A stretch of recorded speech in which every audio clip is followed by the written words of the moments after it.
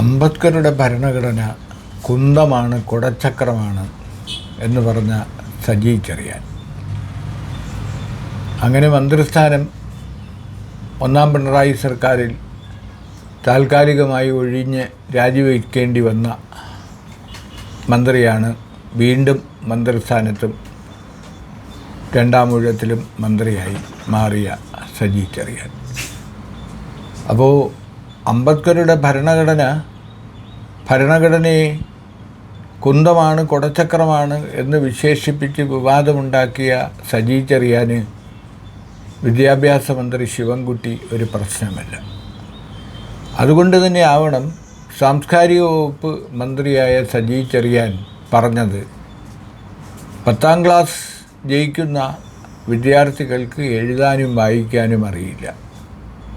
ഇടതുപക്ഷം ഭരിക്കുമ്പോൾ ഇടതുപക്ഷത്തിൻ്റെ സാംസ്കാരിക വകുപ്പ് മന്ത്രി കേരളത്തിലെ ലക്ഷക്കണക്കിന് വരുന്ന SSLC പാസ്സായ വിദ്യാർത്ഥികളെ ഇത്തരത്തിലാണ് വിലയിരുത്തുന്നതെങ്കിൽ അതിൻ്റെ ധാർമ്മികമായ ഉത്തരവാദിത്വം വിദ്യാഭ്യാസ മന്ത്രി വി ശിവൻകുട്ടിക്ക് ഏറ്റെടുക്കേണ്ടി വരും.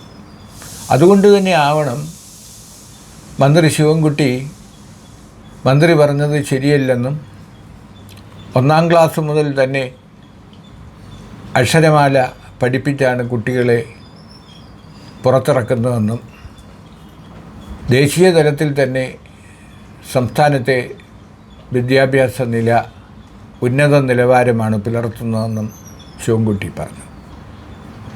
മന്ത്രി സജി ചെറിയാൻ്റെ പ്രസ്താവന പിൻവലിച്ച് കേരളത്തിലെ വിദ്യാർത്ഥി സമൂഹത്തോട് മാപ്പ് പറയണമെന്നാണ് KSU ആവശ്യപ്പെട്ടിരിക്കുന്നത്.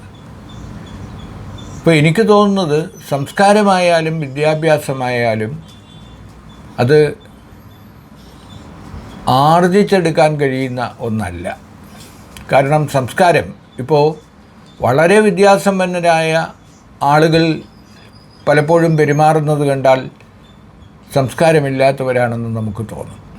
നേരെ മറിച്ച് അക്ഷരാഭ്യാസമില്ലാത്ത ആദിവാസികൾ പെരുമാറുന്നത് കണ്ടാൽ അവർക്ക് സംസ്കാരമുണ്ടെന്ന് തോന്നും. അപ്പോൾ സംസ്കാരത്തിൻ്റെ അളവുകോൽ വിദ്യാഭ്യാസമല്ല.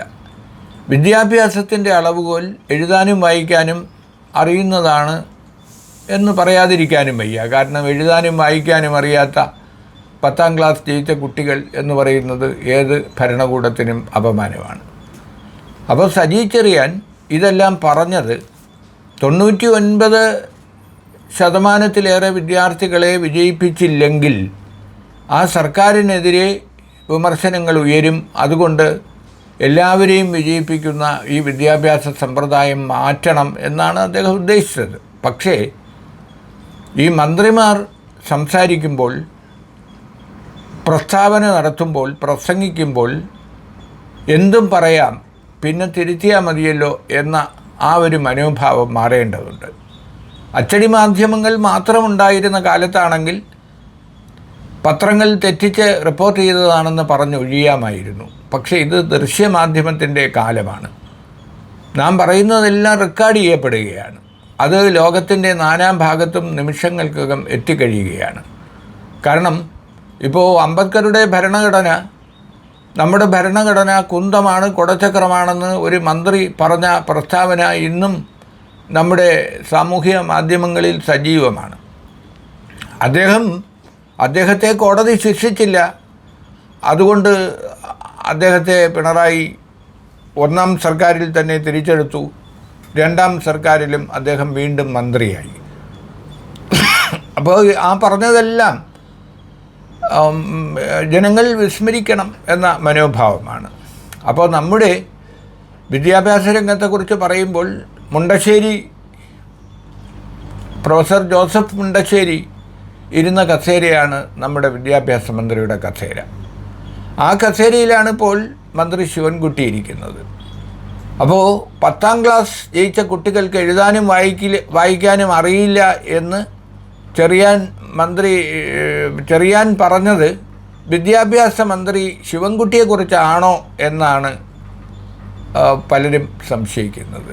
അപ്പോൾ മന്ത്രിമാർ തമ്മിൽ ഇത്തരത്തിൽ ഏറ്റുമുട്ടുന്നത് പിണറായി സർക്കാരിന് ഒരു തരത്തിലും ഭൂഷണമല്ല.